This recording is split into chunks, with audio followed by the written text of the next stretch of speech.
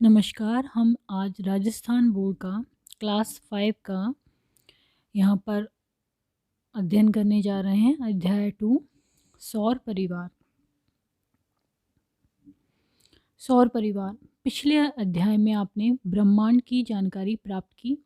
आइए इस अध्याय में हम सौर परिवार के सभी ग्रहों, उपग्रहों तथा अन्य आकाशीय पिंडों जैसे क्षुद्र ग्रह, उल्कापिंड आदि के बारे में जानकारी प्राप्त करेंगे। पहला है सौर परिवार।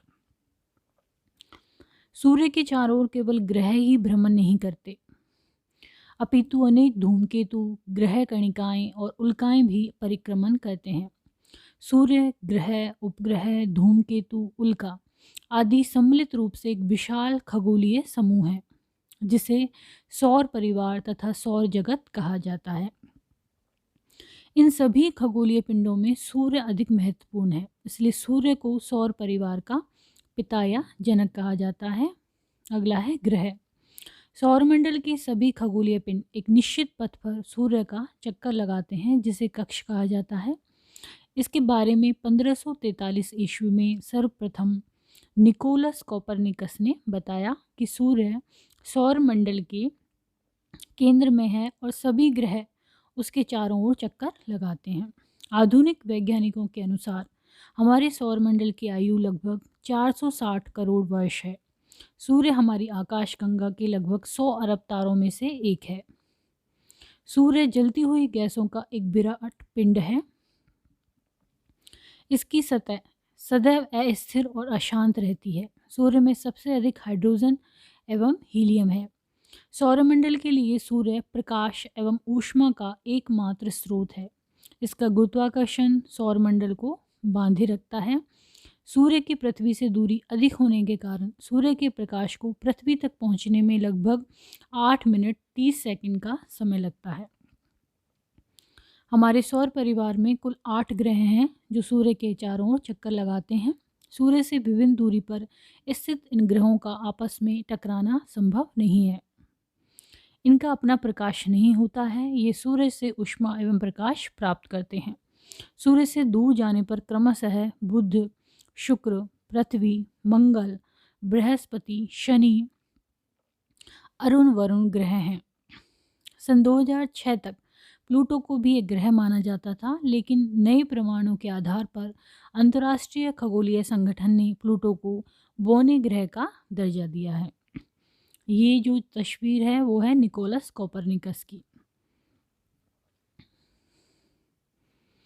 तो प्लूटो को क्या दिया गया है? बौने ग्रह का दर्जा। सूर्य के पास स्थित बुध, शुक्र, पृथ्वी एवं मंगल ग्रह को आंतरिक या धरातलीय ग्रह भी कहा जाता है। ये छोटे और अधिक घनत्व वाले हैं और चट्टानों से बने हैं। बृहस्पति, शनि, अरुण और वरुण ग्रह आकार में बड़े होते हैं और कम घनत्व वाले होते हैं। इन्हें कहा जाता है बाह्य या गैसीय ग्रह। तो धरातलीय ग्रह और आंतरिक ग्रह तो हो गए बुध, शुक्र, पृथ्वी और मंगल ग्रह, जबकि बाह्य या गैसीय ग्रह हो गए बृहस्पति, शनि, अरुण और वरुण।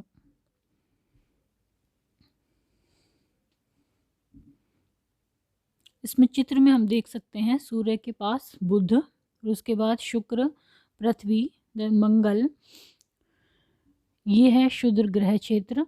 फिर आता है बृहस्पति जिसको जुपिटर बोलते हैं, शनि जिसको सैटर्न कहते हैं, अरुण जिसको यूरेनस कहते हैं और वरुण जिसको नेपच्यून्स कहते हैं। यहाँ पर दिखाया गया है सेरेस और यहाँ पर धूमकेतु, कॉमेट्स। नेक्स्ट आता है ग्रहों की प्रमुख विशेषताएं, आंतरिक ग्रह और बाह्य ग्रह। आंतरिक ग्रह क्या है? इनका निर्माण चट्टानों से हुआ है, इनका घनत्व अधिक है। जबकि बाह्य ग्रह, इनका निर्माण गैस और तरल पदार्थों से हुआ है, इनका घनत्व कम है। आंतरिक ग्रह में पहला आता है बुध। सूर्य की एक परिक्रमा यह 88 दिन में करता है। अपने अक्ष पर घूर्णन करता है ये 59 दिन में, और उपग्रह की संख्या है इसके 0, यानी बुध का कोई उपग्रह नहीं है। उधर बाह्य ग्रह में आता है बृहस्पति। सूर्य की एक परिक्रमा करता है 11 वर्ष 11 माह में। अपने अक्ष पर घूर्णन करता है ये 9 घंटे और 56 मिनट पे। उपग्रह की संख्या है इसकी 16। बृहस्पति के उपग्रहों की संख्या है 16। आंतरिक ग्रह में दूसरा है शुक्र। सूर्य की एक परिक्रमा करता है 225 दिन में, अपने अक्ष पर घूर्णन करता है 243 दिन में, और इसकी उपग्रह की संख्या है 0। आंतरिक में ही पृथ्वी है तीसरा, जिसकी सूर्य की एक परिक्रमा करता है ये 365 दिन में करती है, अपने अक्ष पर घूर्णन करती है 1 दिन में, और उपग्रह की संख्या है 1 चंद्रमा। अगला आता है इसका मंगल। सूर्य की एक परिक्रमा करता है 687 दिन में, अपने अक्ष पर घूर्णन करता है 1 दिन में, और इसके उपग्रह की संख्या है 2। मंगल के उपग्रह की संख्या कितनी है? 2। महाग्रह में शनि आता है। सूर्य की एक परिक्रमा करता है 29 वर्ष 5 माह में, अपने अक्ष पर घूर्णन करता है 10 घंटे 40 मिनट में, इसके उपग्रह की संख्या है लगभग 18। अगला आता है बाह में अरुण।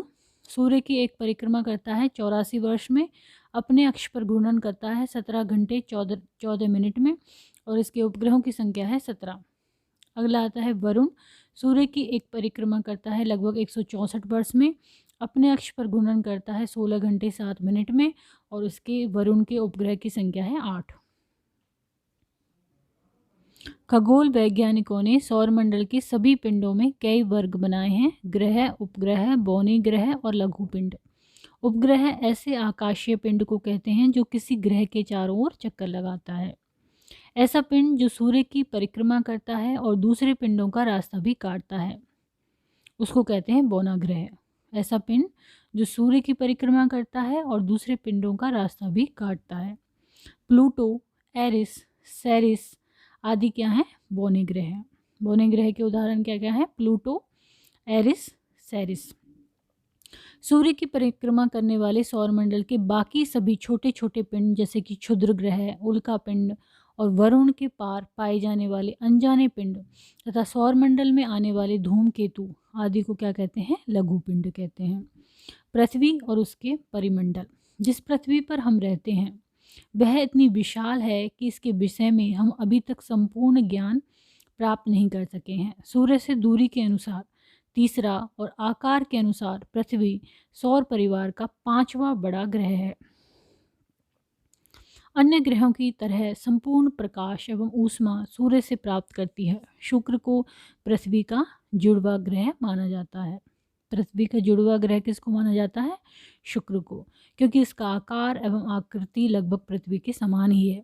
पृथ्वी की उपग्रहों से ली गई तस्वीरों में यह गोलाकार दिखाई देती है। पृथ्वी के मापन से पता चलता है कि यह दोनों ध्रुवों पर कुछ दबी हुई है तथा विषुवत वृत्त पर कुछ उभरी हुई है। सौरमंडल में पृथ्वी ही एक अनोखा ग्रह है जिस पर जीवन है। पृथ्वी पर जीवन होने के कारण इसको जीवंत ग्रह भी कहा जाता है। सूर्य के निकटवर्ती ग्रह अधिक गर्म हैं और दूर स्थित ग्रह अत्यधिक ठंडे हैं, इसलिए वहाँ जीवन संभव नहीं है।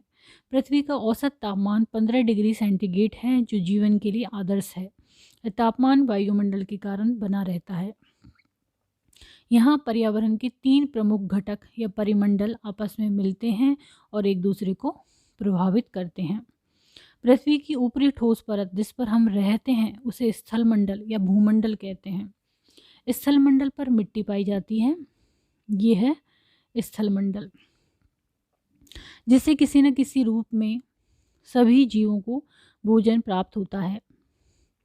स्थलमंडल से ही विभिन्न प्रकार के खनिज मिलते हैं जो जीवन निर्वाह के लिए महत्वपूर्ण है। पृथ्वी के चारों ओर जो गैसों का आवरण होता है उसको क्या कहते हैं? वायुमंडल। वायुमंडल nitrogen, oxygen, organ, carbon dioxide आदि वायुमंडल में पाई जाने वाली प्रमुख गैसें हैं। ऑक्सीजन एक जीवनदायिनी गैस है जिसे सभी जीव श्वसन क्रिया में लेते हैं। जल जो जीवन के लिए सबसे आवश्यक तत्व है, पृथ्वी के लगभग 71% 71% पार्ट में ये है पृथ्वी के, इसे ही जलमंडल कहा जाता है। पृथ्वी को जल ग्रह या नीला ग्रह भी कहा जाता है। पृथ्वी पर जल महासागरों, सागरों, झीलों, नदियों आदि में पाया जाता है। महासागरों का जल खारा होता है। इस चित्र में दिखाया गया है वायुमंडल, सभी प्रकार की गैसें, जलवाष्प, धूलकण। जैवमंडल पृथ्वी का ऊपरी ठोस भाग एवं मृदा। स्थलमंडल पृथ्वी पर मौजूद समस्त जल जलमंडल। पृथ्वी की सतह के अधिकांश भागों पर किसी न किसी प्रकार का जीवन पाया जाता है। वायुमंडल, जलमंडल एवं स्थन मंडल तीनों सौर परिवार में केवल पृथ्वी पर ही पाए जाते हैं। इन तीनों मंडलों के मिलने से कारण ही पृथ्वी के चौथे परिमंडल के रूप में जैव मंडल की उत्पत्ति हुई है, जहाँ जीव जंतुओं का अस्तित्व पाया जाता है। जैव मंडल में ही जीव जंतु, पेड़ पौधे और मनुष्य रहते हैं। अब तक ब्रह्मांड की ज्ञात जानकारी के अनुसार केवल पृथ्वी पर ही जीवन संभव है। उपग्रह, जिस तरह ग्रह सूर्य की परिक्रमा करते हैं, ठीक वैसे ही ग्रहों की परिक्रमा करने वाले छोटे आकाशीय पिंडों को उपग्रह कहा जाता है। पृथ्वी का केवल एक ही उपग्रह है, चंद्रमा, किंतु कुछ अन्य ग्रह हैं जिनके एक से अधिक उपग्रह हैं। जैसे शनि और बृहस्पति के कई उपग्रह हैं। बुध और शुक्र के कोई उपग्रह नहीं है। ग्रहों की भांति उपग्रहों में भी ऊष्मा और प्रकाश नहीं होता है। इन्हें सूर्य से ही ताप और प्रकाश मिलता है। अनेक उपग्रह चंद्रमा से भी बड़े हैं, जैसे शनि का टाइटन, बृहस्पति का गैनीमीड, कैलिस्टो आदि। क्या आप जानते हैं शनि के उपग्रह टाइटन का पर पृथ्वी की तरह सघन वायुमंडल है। वहाँ भी नदियाँ और जलाशय हैं और धरातल पृथ्वी जैसा ही है। उसके वायुमंडल की प्रमुख गैस है नाइट्रोजन। यहाँ जीवन की संभावना है या नहीं, इसका पता लगाने में वैज्ञानिक अभी प्रयासरत हैं।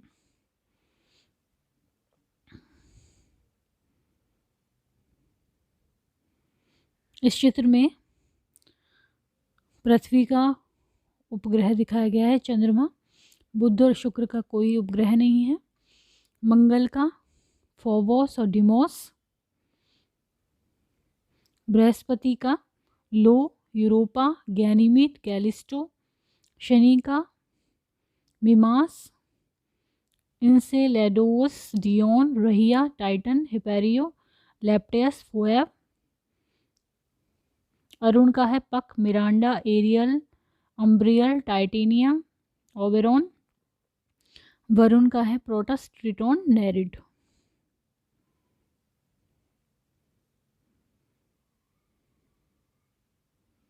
अगला आता है चंद्रमा। पृथ्वी का सबसे नज़दीकी गोलाकार आकाशीय पिंड चंद्रमा है। आधुनिक खगोल शास्त्रियों के अनुसार वहाँ जल एवं वायु का अभाव है, इसलिए वहाँ जीवन संभव नहीं है। हमारी पृथ्वी की धरातल एवं चंद्रमा की धरातल में कुछ समानताएं हैं। चंद्रमा का धरातल पृथ्वी की धरातल की तरह ही उबड़ खाबड़ है। चंद्रमा की तुलना में पृथ्वी लगभग 81 गुना बड़ी है, 81 गुना। चंद्रमा की कलाएं, पृथ्वी और चंद्रमा दोनों की आकृति गोलाकार है। दोनों ही सूर्य से प्रकाश प्राप्त करते हैं। इस कारण दोनों के आधे भाग पर प्रकाश रहता है और आधे भाग पर अंधेरा। सूर्य से प्राप्त प्रकाश की किरणें चंद्रमा से परावर्तित होकर पृथ्वी पर आती हैं। इसी को हम कहते हैं चांदनी। महीने में एक बार ही चंद्रमा का पूर्ण प्रकाशित भाग पृथ्वी के सामने आता है। इसे भारत में पूर्णिमा कहते हैं। इसी तरह महीने में एक बार चंद्रमा का अप्रकाशित भाग पृथ्वी के सामने आता है, उसको कहते हैं हम अमावस्या। जैसे कि इस चित्र में दिखाया गया है, ये बढ़ता अर्धचंद्र, ये बढ़ता उभार, ये पृथ्वी, यहाँ पर पूर्ण प्रकाश दिखाई दे रहा है और यहाँ पर अमावस्या।